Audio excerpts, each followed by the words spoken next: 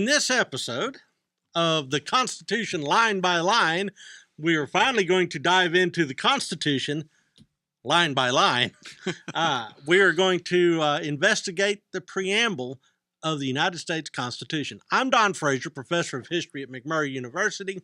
I'm Paul Fabrizio, political science professor at McMurray University, and I am going to read the preamble. Are you ready? I'm going to sit back and eat the popcorn, as they say. Okay. We, the people of the United States, in order to form a more perfect union, establish justice, ensure domestic tranquility, provide for the common defense, promote the general welfare, and secure the blessings of liberty to ourselves and our posterity, do ordain and establish this Constitution for the United States of America. How lofty.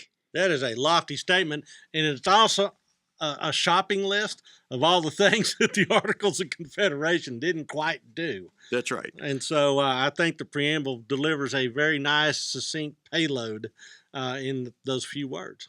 It gives you a goal of what the country is supposed to be about. Now, here's the fascinating thing about this preamble.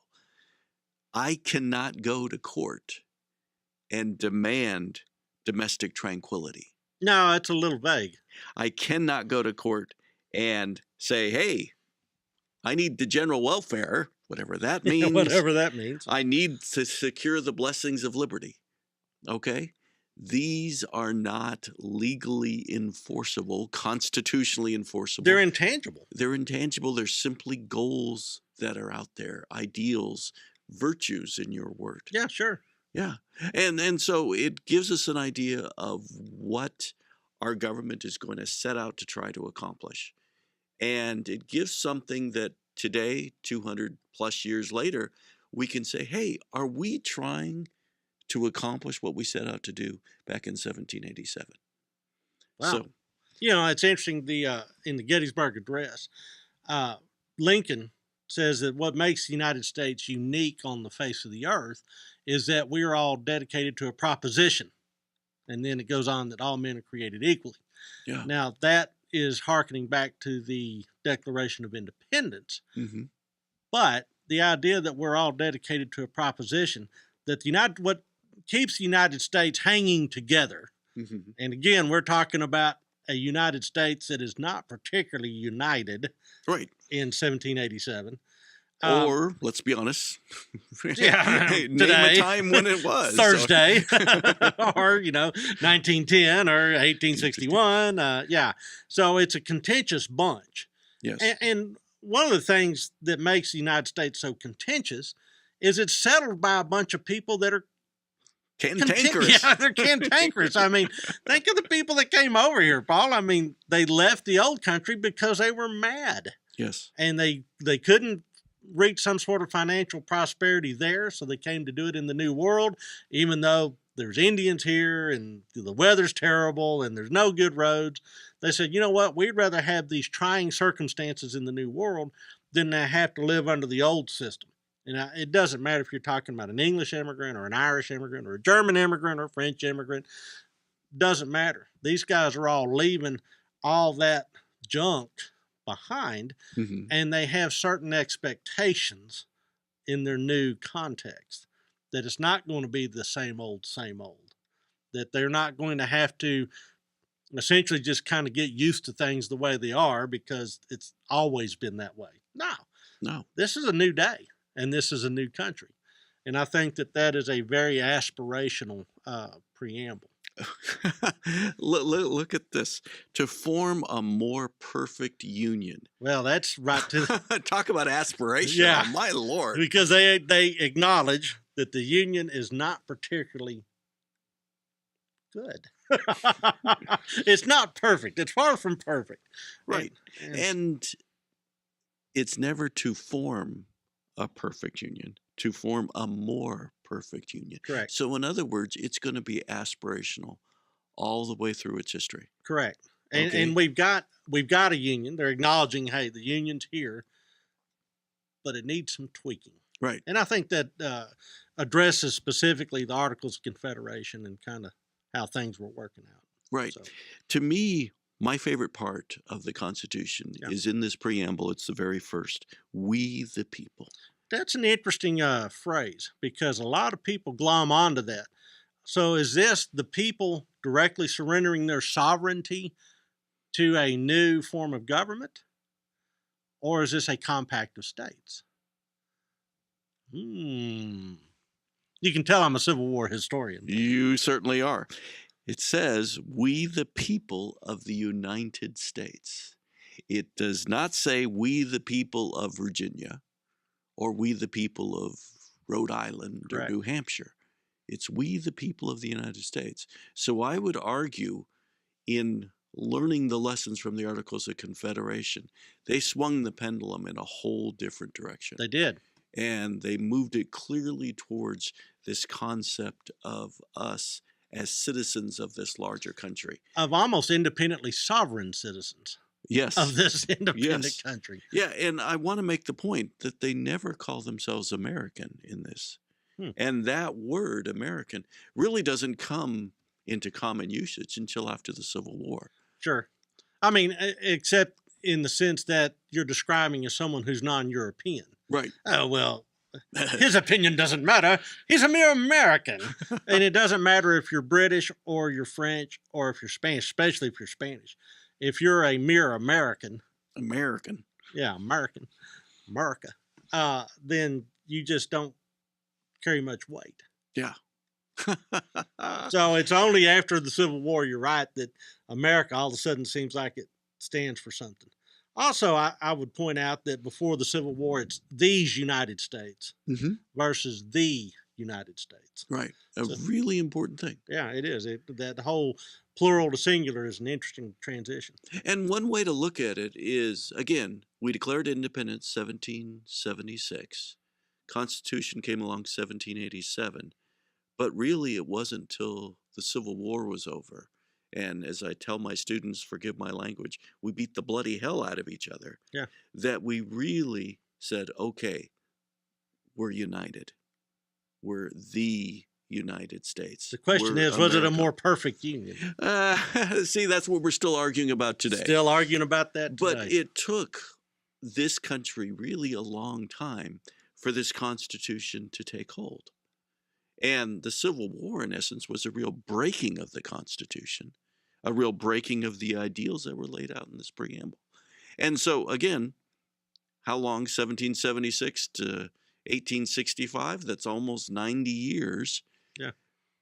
We really were still developing as a country. Yeah. I would argue we were still unstable.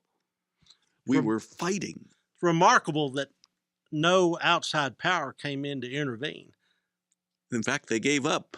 They finally did. And yeah, the French took off. They said, "Oh, buy Louisiana for us." Sure, and the Mexicans said, we're out of here." Well, and ultimately, of course, we beat them. Yeah, well, and ultimately, it's thank you, Napoleon Bonaparte and the French Revolution, because the big powers of the day were busy killing each other and didn't have a lot of energy left over to meddle in this sort of bumpkin country without a really lot of resources to offer to the world market. So it's an accident of history that we were allowed an incubation period. Right. Where we got all this stuff. Right. It's interesting. My friends that are scholars of Mexican history would argue that Mexico did not have that same incubation period, that it was constantly being meddled with by the French, by the British, by the Spanish, and then the Spanish, and then the Spanish, and then the French, and then the United States, of course. Of course. And so they argue that the reason that Mexico has had some of its national troubles and trials is because it was always a victim of abuse by outsiders, whereas we didn't have that problem. Yeah, we had the War of 1812. Which we picked. Right. And then we had the conflict with Mexico. Yeah, we had the quasi-war with the French, but these are small potatoes. Right, right. So I think that's an important point. We had time to work out, I don't know if the right word is our differences, because we still have those differences today, but at least we had the time to argue about our differences, to fight for our differences. It's like we were a teenager. Yes. And trying to figure out where we fit what our body was for. Why does this do this? What happens if I go here? Yes. That kind of now stuff. that I have this bachelor's degree, what do I do with it? So we were given that time to do it. It included a nasty fight among ourselves. Yes. And then, then we've launched. The 20th century was the American century. Yeah. And we'll bring this sort of stuff up during the course of this entire class on the Constitution line by line, because it's just embedded all the way through there. That's why we need a political scientist and a historian. Yeah. Now, it's interesting, in our conversation so far about the preamble, we really haven't talked too much about the details of the preamble. Hit 'em. And it's like, no, we're talking about more general things, because in the end, the preamble is really about general things. It is. It's about these grand ideals. But anyway, let's get a little bit more specific. In order to form a more perfect union, establish justice. That's important. What does that mean? What does that mean? Dead silence. I mean, you hear the word establish justice. Everybody knows what justice is. We think we do. We think we do. Because it's very prismatic. Prismatic. Yes, what a word. because my justice may be different, than mine. Yes. That's a really interesting thought. So it's to establish justice. And is that rule of law? Is that everybody being equal under the rule of law? Is there a privileged class? In Mexico, they had fueros. Okay, what are those? Fueros are special rights. So you had the ecclesiastical fuero and you had the military fuero.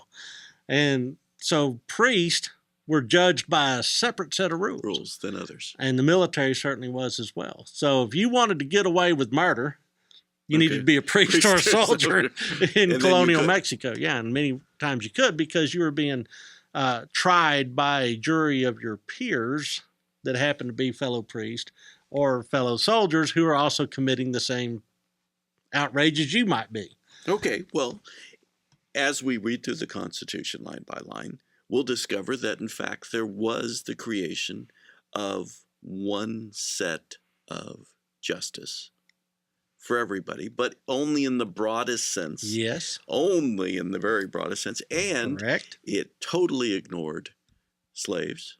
Yeah. And Native Americans. Oh, yeah. So. Yeah, I mean, so is there different kinds of justice at the time they wrote this? Yes. Absolutely. Yeah. Let's go on, because there's so many things we could actually say about that. Ensure domestic tranquility. They were really shaken by the Shays' Rebellion, weren't they? And they said, we need to make sure that doesn't happen. Correct. So, by the way, the Constitution does later on talk about civil insurrection. Yes, it does. It's a concern. It mentions it by name. Yeah. And then provide for the common defense. So, again, they're concerned about those outsiders, as well they should. Yeah. I mean, the world's a scary place. The world's a scary place. If you're on the colonies clinging to the Atlantic, there's the British, the French, and the Spanish. I mean, literally, you could be on the beach in Virginia, look out, and there would be ships on the horizon that may have been foreign warships. You go, yeah. How's it going? Yeah. Hope everything's good with your frigate. Yeah. Stay away. And we just are not used to that in modern America. Exactly. But, I remember it was a big deal. I grew up in Southern California. Sure. And Richard Nixon was president at one point, and we would go to the beach right near his house in San Clemente. And there would be a Russian spy ship offshore, and you could see it. And it was like, ooh, that's really close. This is really scary. The bad guys are right there. Yeah, the bad guys, there they are. Well, Richard Nixon goes back to Washington, leaves his Western White House. The ship takes off. And it's like, oh, okay. Yay. Well, and in the 1787 context, I mean, if you went to the Western frontier, you'd see British forts on American soil. So, yeah, it wasn't just looking out to sea. It was looking back in the woods. Yeah. There they are. Okay, so that the common defense, very important. Promote the general welfare.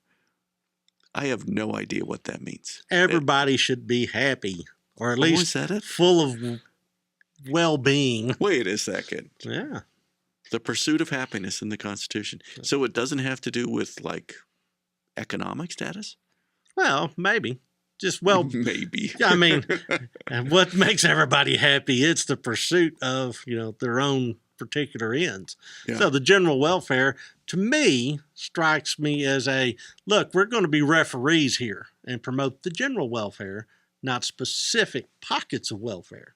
Who's going to be the referees? Well, this new government. Really? You think so? That's what I take away. Okay. It sounds like you've been listening to Supreme Court Chief Justice John Roberts. Well, maybe I should. Said the court is like a referee. Well, I think the whole government should be a referee instead of picking winners and losers. But hey, that's just me. Okay. And then the last part, secure the blessings of liberty. Now, you've got to agree that there's blessings to liberty in order to buy into this. Exactly. And that, I think, is a really important point. I think there is an agreement that liberty is something that we want. What that liberty is, and what those blessings are. And what those blessings are is a whole nother thing. And we need to point out, and this is a good time to do it, that the Constitution, as originally sent to the states for ratification, did not include the Bill of Rights. Yeah, correct. They came along 4 years later. Correct. So December 15th, 1791, the Bill of Rights were signed and sent to the states for ratification. Kind of tacked on. Yeah. And that was deliberate because in the ratification of the Constitution itself, there was opposition from some of the states saying, hey, we need our rights specifically laid out. And others saying we do not need our rights specifically laid out because it'll then beg the question. But I bet we unpack that later on. Looking forward to that, let me tell you. But let me tell you what I learned about liberty, teaching a course on economic history. Okay. That liberty means that you are free to pursue, to be an entrepreneur, to be an enterpriser. But it also means that you are free to fail. So the blessings of liberty means that we're going to let you guys win or lose. Just understand that you might be a winner, you might be a loser. But y'all are free to pursue whatever it is you want to pursue. We can't guarantee the outcome. That's a blessing of liberty. Or the opposite, if you're on the losing side. Yeah, it's the oppression of liberty. I want somebody to tell me what to do. Yeah. And of course, there's a constant struggle, not just here in the United States, but through all of history. Security versus freedom. Oh, absolutely. And in the end, and socializing risk if we can. Yeah, yes. And in the end, that's what political philosophy studies. What do you want as a people? What do you want as a government? Do you really want to be free? Do you really want to be free? Do you really want to be it? Or do you want security where we'll take care of you? Yeah, I've had students argue that they would much rather be taken care of cradle to grave than be free to pursue their own ambitions. Right. And I found that to be just staggering. And when I've had students who've come from other countries, Middle East, for example. Yeah. China. Oh, yeah. Another example. They're surprised at our focus on freedom. Yeah. And it's like, no, we're here to be taken care of. Freedom's scary. Yeah, it is. Jinx, personal jinx. Yes. Yeah, freedom can be scary. Wow. Okay. There was one other point, and I forget about it right now. It'll pop up sometime in the 140. Later on, and so we'll talk about it later on. So, right. I mean, I tell my students that this is the only part of the Constitution that really isn't part of the Constitution because there's no legal force to it. Correct. But this, in another sense, is the most important part of the Constitution. Most of my students had to learn it in 5th grade. Correct. And they learned it in the form of a song. Maybe it was in Schoolhouse Rocks. I don't know. Did you get Schoolhouse Rocks? Sure. I didn't. I was too old. Too old. I was right in the target demographic too, man. Okay. I'm just a bill on Capitol Hill. Yeah. All right. There'll be no more singing on this whole right, podcast. I promise it. So I think we're ready to move down into the actual Constitution. So you're done with the preamble? I'm done with the preamble because I forgot my last thought, but we'll remember it another time. We'll resurrect it at a later date. Yes, we will. All right, so this concludes this episode of the Constitution line by line.